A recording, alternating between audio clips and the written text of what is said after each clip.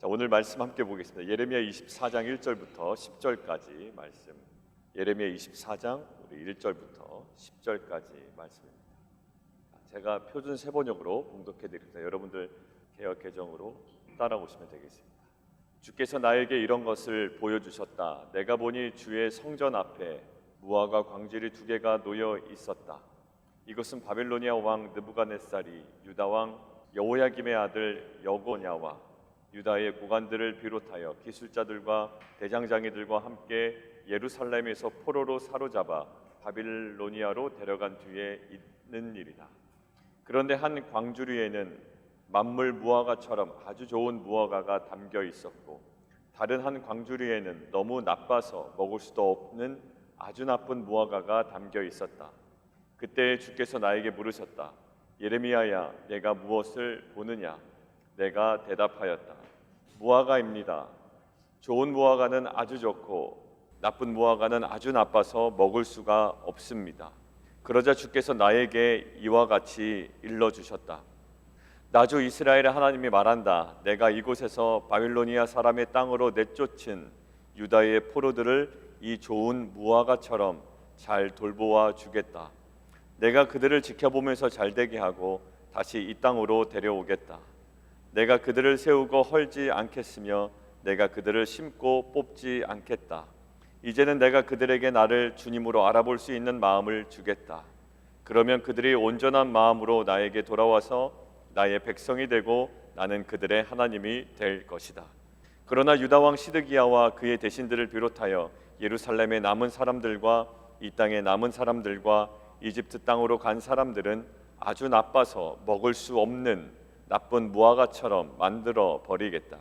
나 주가 분명히 이렇게 말한다. 내가 그들을 세계 만국으로 흩어놓아 혐오의 대상이 되게 하겠다.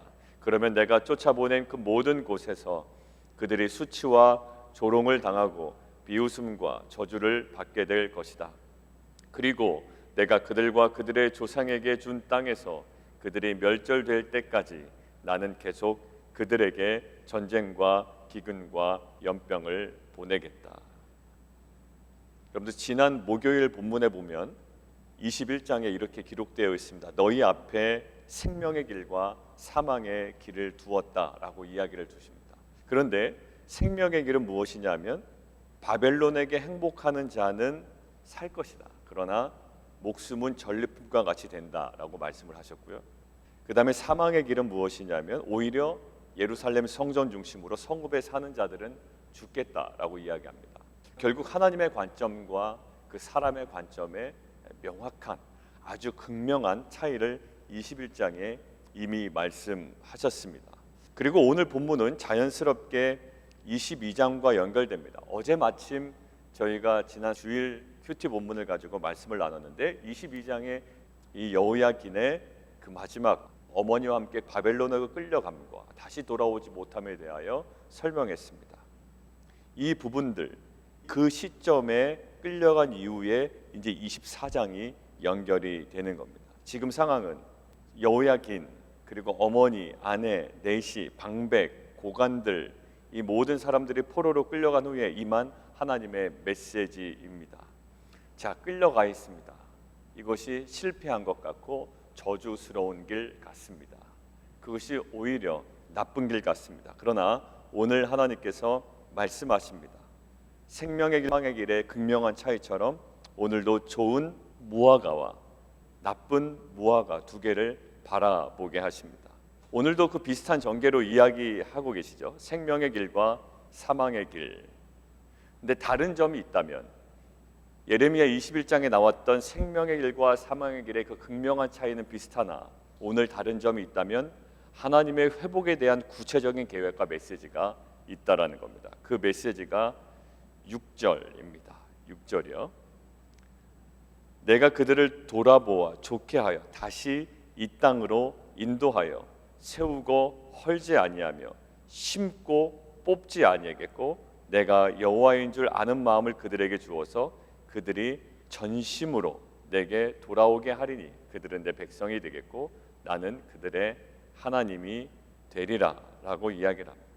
자, 오늘 본문에서 보면 예레미야에게 2가지를 보여주십니다. 좋은 무화과가 있습니다. 한 광주리에요.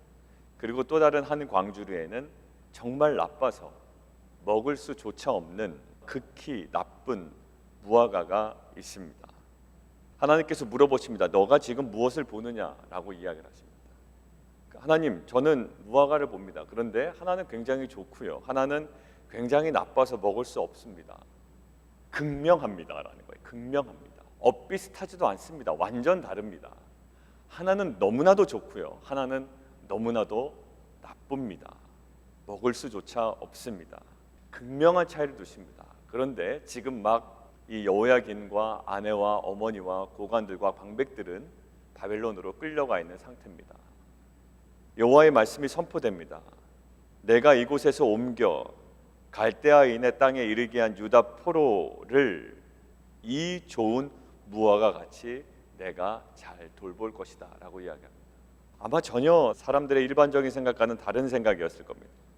아마 사람들은 이렇게 생각하지 않았을까요?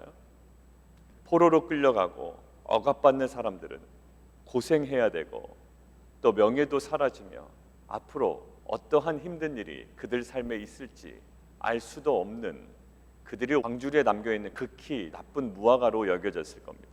오히려 자신들은 예루살렘에 있고 성전 중심으로 있고 자신들은 광주리에 담겨있는 좋은 무화과로 여겨졌을 겁니다. 그런데 하나님은 그것을 반대로 이야기하고 계십니다.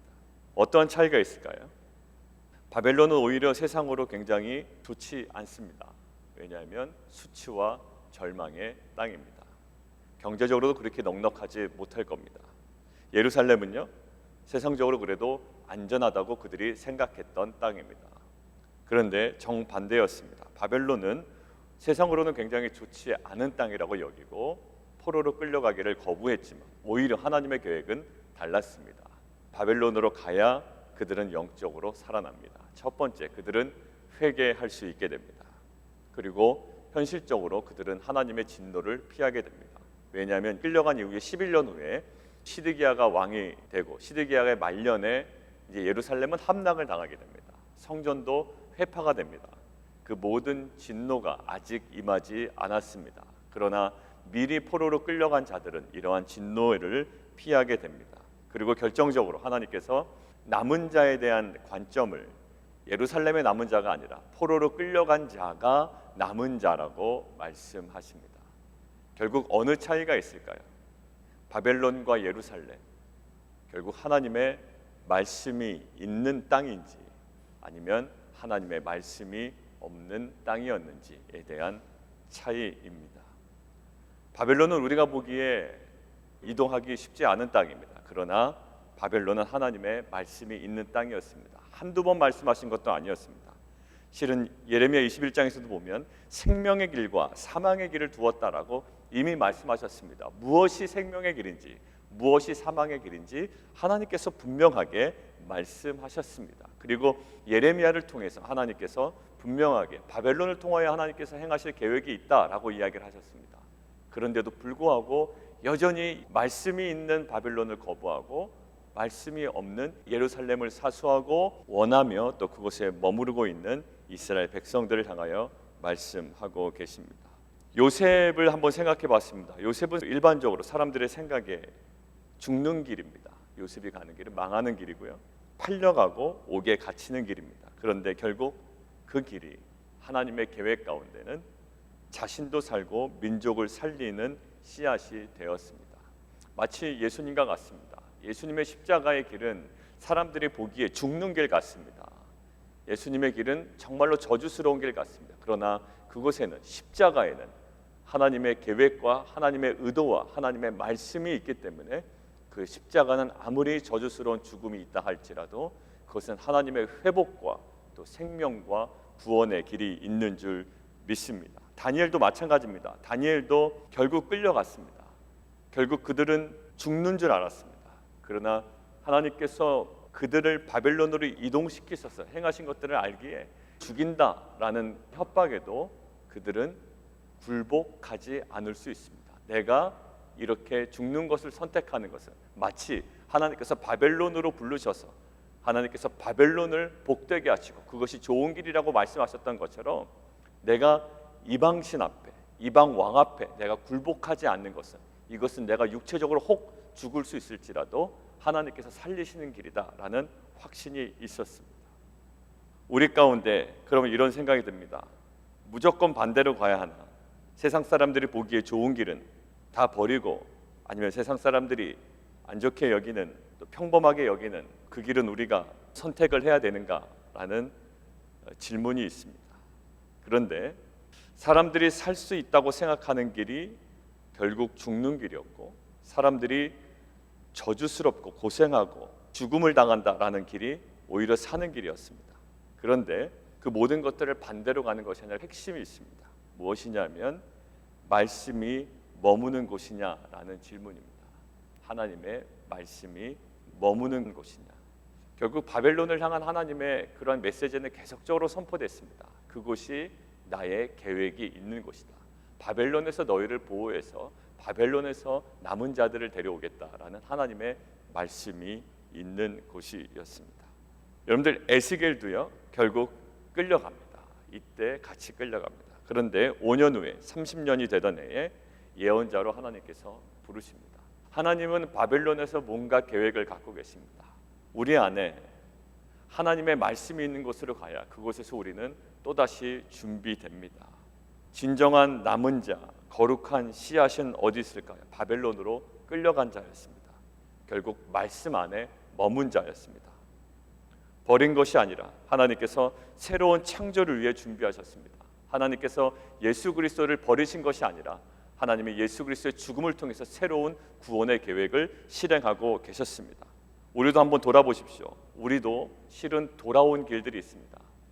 거기 가지 않았으면 우리가 좀 더 쇼코스로 갈 수 있었는데, 그러나 우리에게도 돌아온 길이 있지만 돌아온 길이 아니라 하나님께서 그곳에서 준비시키셔서 우리를 이곳으로 불러주신 줄 믿습니다.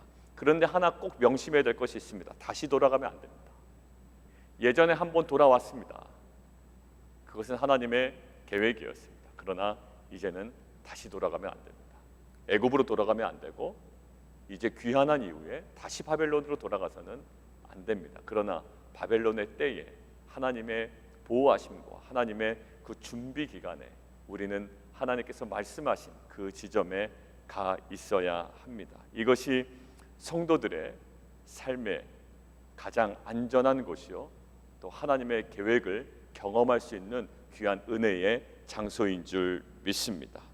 우리는 싸워야 됩니다. 대중적인 낙관주의와 싸워야 됩니다. 금방 올 것이다, 곧 끝날 것이다, 저렇게 끌려간 자는 올 것이고 여기 남아 있어야 이것이 우리가 사는 길이다 라고 예루살렘에 남아 있어서는 안 됩니다. 더 이상 예루살렘에는 하나님의 말씀이 없는 땅이었습니다.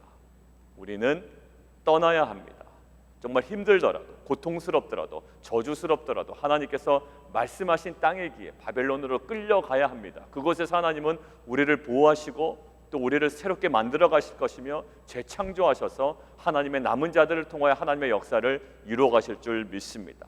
예수 그리스도의 십자가의 저주를 통하여 하나님의 구원의 역사가 임하셨듯 우리는 꼭 기억해야 됩니다. 우리가 의도적인 어려움과 고난으로 들어가는 것이 아니라 하나님께서 말씀하신 곳으로 우리가 순종하며, 그것이 바벨론이든 어느 곳이든 우리가 그곳으로 이동하며 그곳에 머무를 때에 하나님의 일하심을 경험하는 귀한 공동체와 가정이 될 줄 믿습니다. 우리 함께 기도하겠습니다.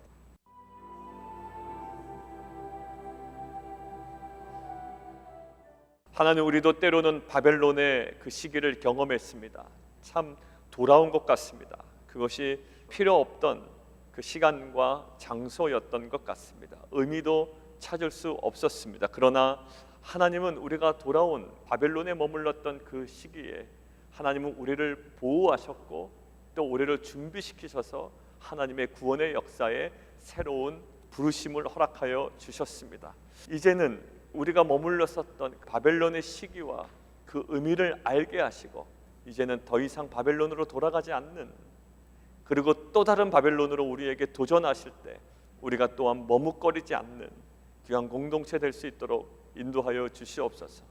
바벨론과 예루살렘, 하나님, 결국 그것은 장소의 차이가 아니라 하나님의 말씀이 있는 곳, 인가에 대한 질문과 대답이었습니다. 하나님, 눈에 보이는 것보다 과연 하나님의 말씀과 그 계획과 의도가 있는 땅인지, 그 부르심이 있는 곳인지 하나님 우리가 묻고 또한 반응하며 또 그것대로 우리가 걸어갈 수 있는 귀한 공동체 되게 도와주옵소서. 예수 그리스도 이름으로 감사하며 기도합나이다.